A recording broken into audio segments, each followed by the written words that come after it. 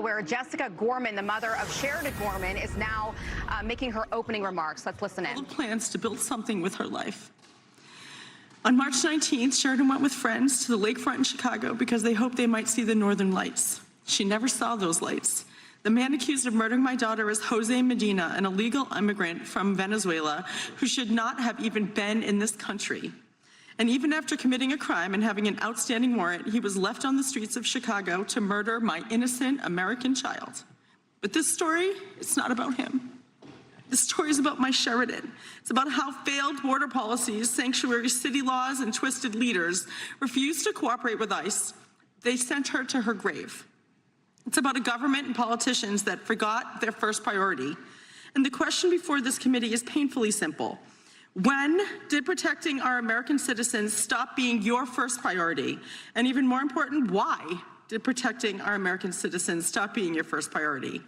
I want an explanation, I need one, and I deserve one. But first I want you to know who my Sheridan was.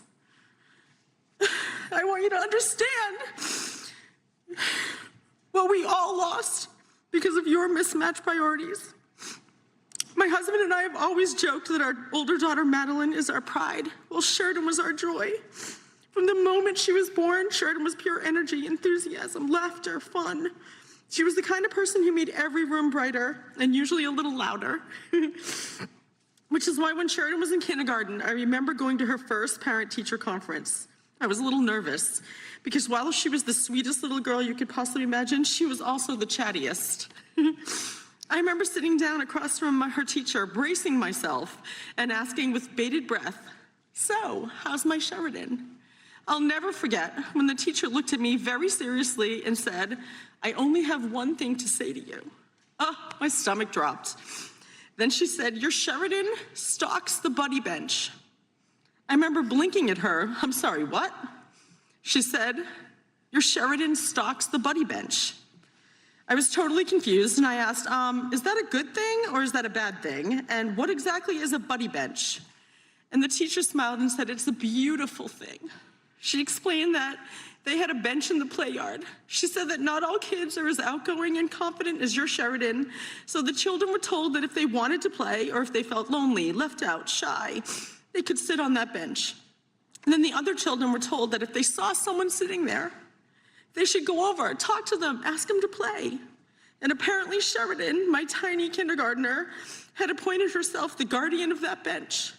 Every day at recess, instead of heading straight to the swings or joining in a game of kickball, my daughter hung back and hovered by the nearby tree, just watching that bench, just waiting, just in case someone might need her. Kids didn't even have a chance to fully sit down on the bench before Sheridan was rushing over to take them, to take their hand, pull them away. Girls, boys, first graders, kindergartners, it really didn't matter to her. If a child looked lonely, Sheridan went over. If someone had no one to play with, Sheridan was there. If someone felt invisible, Sheridan saw them. That was my daughter, and that is who she was until the day she was stolen from us. And I honestly can't make sense of it. I cannot make peace with it.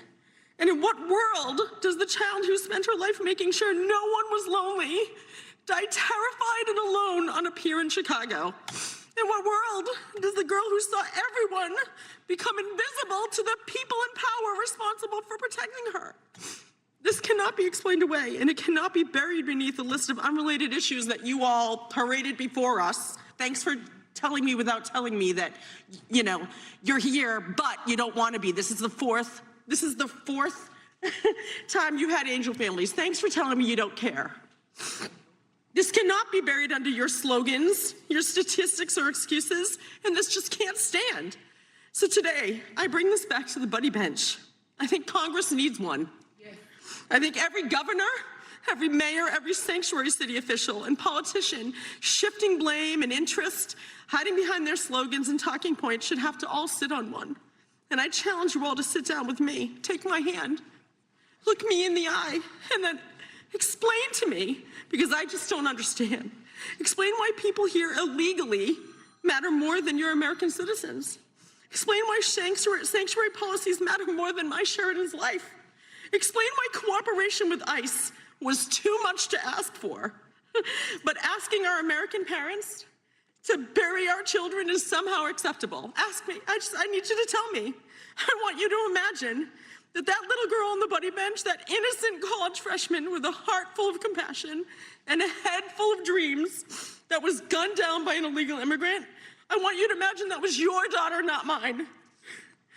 What if she was yours? Would you even hesitate for 1 second to act, to make changes? My Sheridan spent her whole life choosing others. Today, I'm just asking this committee in our Congress, in our country, to choose her.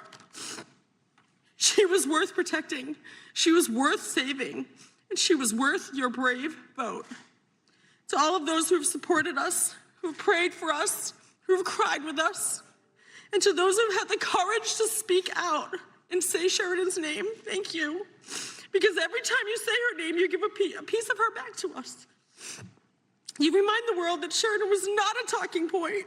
She wasn't a statistic or a headline. She was our daughter. She will always be my sweet sunshine. And if the people who failed her would rather look away, then I'm asking the rest of you to look right at her. Here she is. There's she and I. Here she is. This is taken the day before she died. Say her name, tell her story, and demand better. Because my Sheridan Grace Gorman should still be alive.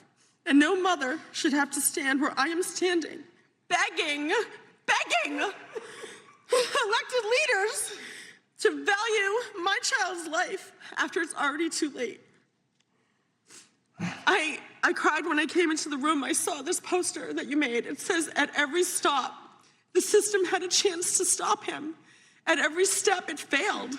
And my daughter paid for those failures, your failures, with her life. No family should ever have to bury a child because public officials fail to put American lives first. I'm just asking you to choose us. We choose you. We choose you. Choose us. Why does my child matter less than an illegal immigrant? Why? Listen, I have a heart. I love immigrants. 2 of my best friends in this whole world are immigrants. They came here the right way. I absolutely think they make America beautiful. But my daughter's beautiful too. I need you to think about what these policies are. And I need you to imagine this is your daughter, because I'm very sure you won't be cutting off anyone when they're speaking. I'd be very sure you won't call this a political stunt. The grief is real. Every day I wake up with unimaginable pain. Do you know what I wake up in the middle of the night and I think, did my daughter cry for me? She made it 40 feet. She made it 40 feet running for her life. Did she cry out for me? She died on that pavement all by herself, lonely, bleeding on that pavement.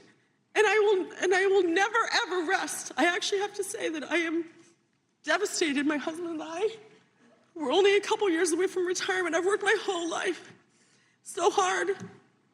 All I wanted to do was just enjoy our children. Just wanted to enjoy my Sheridan, my Madeline. And now I'm bitter. I'm bitter because I'm a lover, not a fighter. I'm a lover. I love children. I love pumping people up and making them feel good about themselves. I'm not racist. I'm not xenophobic. We've done everything right, my husband and I. We taught our daughter to be wonderful, beautiful person. Her love was extravagant. And now I'm gonna have to spend my last waking moment, I'm gonna have to spend fighting against these policies, fighting for people to say her name. So, if you have the courage, please come talk to me. Come sit on that bench. I'll buy Congress a bench. Talk to each other.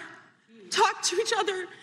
We shouldn't be screaming across the room. I mean, we also shouldn't say but, because I have to just say, and I understand that you're here for a reason.